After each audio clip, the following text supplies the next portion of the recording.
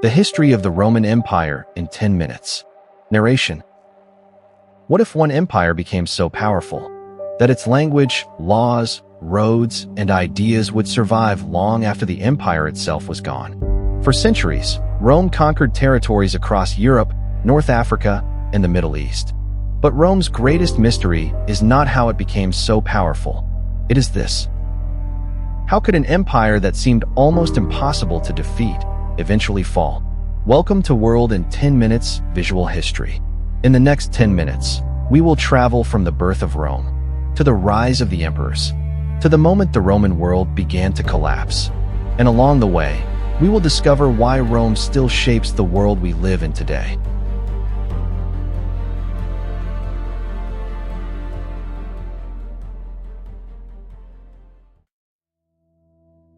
Chapter 1. The small city that became Rome. Rome did not begin as the center of a world empire. It began as a small settlement on the Italian peninsula. According to Roman tradition, the city was founded in 753 BC by Romulus. Legend tells us that Romulus and his twin brother Remus were abandoned as infants and raised by a she-wolf. Whether the story was true or not, the Romans believed it, and that belief became part of their identity. Rome grew because of its location. It stood near the Tiber River, close to the Mediterranean, and surrounded by fertile land. But geography alone could not build an empire. Rome needed something more: a system that could turn ordinary citizens into soldiers, soldiers into armies, and armies into conquerors. The Romans developed a powerful military culture. They built roads. They organized territories. They created alliances. And whenever Rome defeated an enemy, it often found a way to turn that enemy into part of the Roman system. That was one of Rome's greatest strengths. It did not simply conquer people. It learned how to absorb them. Chapter 2. From Republic to Power. For centuries, Rome was not ruled by emperors. It was a republic. Power was divided among elected officials, senators, and assemblies. But the republic was anything but peaceful. Rome fought almost constantly against neighboring Italian peoples, against Carthage, against kingdoms across the Mediterranean. And with every victory, Rome became richer. Its armies became larger. Its territories expanded. By the 2nd century BC, Rome had become the dominant power of the Mediterranean. But success created a new problem. The more Rome conquered, the more wealth flowed into the hands of a powerful few. Political competition became increasingly violent. Generals gained enormous influence because their soldiers became loyal to them personally. And eventually, one man would use that loyalty to challenge the entire Roman political system. His name was Julius Caesar. Chapter 3. Julius Caesar and the birth of the empire. In 49 BC, Julius Caesar crossed the Rubicon River. That single decision changed Roman history. Caesar marched his army into Italy and began a civil war. He defeated his political enemies and eventually became the most powerful man in Rome. But Caesar's power frightened the Roman elite. They feared that the Republic was becoming a dictatorship. In 44 BC, Caesar was assassinated by a group of senators. Rome did not return to peace. Instead, another civil war followed, and from that chaos emerged Caesar's adopted heir, Octavian. In 27 BC, Octavian became Augustus. He was the first Roman emperor. The Republic was effectively gone, and the Roman Empire had begun. But Augustus understood something Caesar had not. Rome did not need a king. It needed the appearance of a republic, while one man controlled the system behind it. Under Augustus, Rome entered a long period of relative stability, the Pax Romana. And during this period, Rome would reach extraordinary heights. Chapter 4. Rome at its greatest. Under Augustus and his successors, Rome transformed. Roads connected distant provinces. Aqueducts carried fresh water into cities. Amphitheaters entertained enormous crowds. Roman law shaped government, and the Mediterranean became, in many ways, a Roman sea. At its height, the empire stretched from Britain, across Gaul and Spain, through Italy and Greece, into Egypt and North Africa, and deep into the Middle East. Millions of people lived under Roman rule. Cities became centers of trade. Merchants moved goods across enormous distances. Grain from Egypt fed Rome. Wine and olive oil traveled across the Mediterranean. Luxury goods arrived from the distant edges of the known world. Rome was not simply an empire. It was a network. A machine of roads, armies, taxation, trade, administration, and law. But every machine has a cost. And Rome's greatest strength was also becoming one of its greatest weaknesses. The empire was enormous. And enormous things are difficult to control.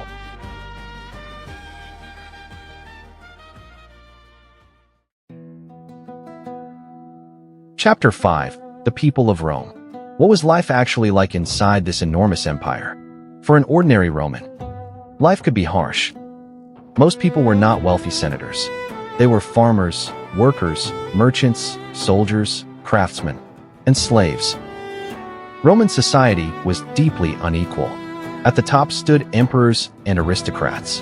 Below them were millions of ordinary citizens. And at the bottom, enslaved people with almost no legal freedom. Yet Rome also created opportunities. A soldier could earn citizenship. A merchant could become wealthy. A provincial could rise through the Roman administration. Over generations, people from different cultures began to identify themselves as Romans. And this was another secret of Rome's power. Rome did not always demand that conquered people stop being themselves. Instead, it slowly made Roman identity larger. But beyond the politics and armies, another force was quietly changing the empire. A new religion. Christianity. It began as a small movement in the eastern provinces, and Rome initially treated it as a threat. But eventually, the religion Rome once tried to suppress would become one of the most powerful forces in the Roman world.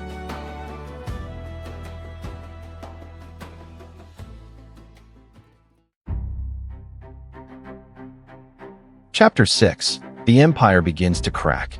For centuries, Rome survived crisis after crisis. But by the 3rd century AD, the crises began arriving faster than Rome could solve them. Emperors were murdered. Generals fought each other. Borders were attacked. Economic problems grew. And political instability spread across the empire. For a brief moment, it seemed as though Rome might collapse entirely. But Rome adapted. Emperor Diocletian divided the administration of the empire.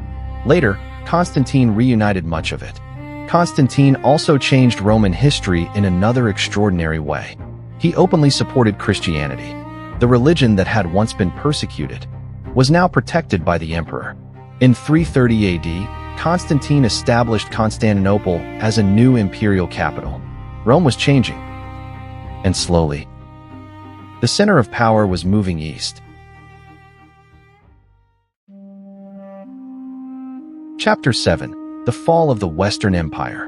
By the 4th and 5th centuries, Rome was no longer one simple world. The empire had effectively developed into eastern and western spheres. The eastern half was wealthy, urban, and increasingly centered on Constantinople. The western half faced greater pressure. Germanic peoples crossed the borders. Armies became increasingly dependent on foreign soldiers. Political struggles weakened imperial authority. In 410 AD, the city of Rome itself was sacked by the Visigoths. For centuries, Rome had been the symbol of power. Now, foreign armies had entered the city, and Rome was still not finished. But the decline continued. In 455, the Vandals sacked Rome. The Western Emperor became weaker and weaker, until, in 476 AD, the last Western Roman Emperor, Romulus Augustulus, was deposed. The Western Roman Empire had fallen. But here's the strange part. Rome did not simply disappear. Its roads remained. Its laws remained. Its language remained. Its cities remained. And its ideas survived far beyond the empire itself. Chapter 8. Rome never really died. So, did Rome really fall? In one sense, yes. The Western Roman Empire disappeared, but the Roman world survived. The Eastern Roman Empire continued for almost another 1,000 years. Its people still called themselves Romans. Roman law influenced European legal systems. Latin evolved into languages spoken by hundreds of millions. Roman architecture inspired generations of builders. Roman roads shaped the geography of Europe, and Roman political ideas influenced governments long after the emperors were gone. Perhaps this is the greatest lesson of Rome. An empire does not need to survive forever, to change the world forever. Rome conquered territory, but its greatest conquest may have been something else. It conquered time.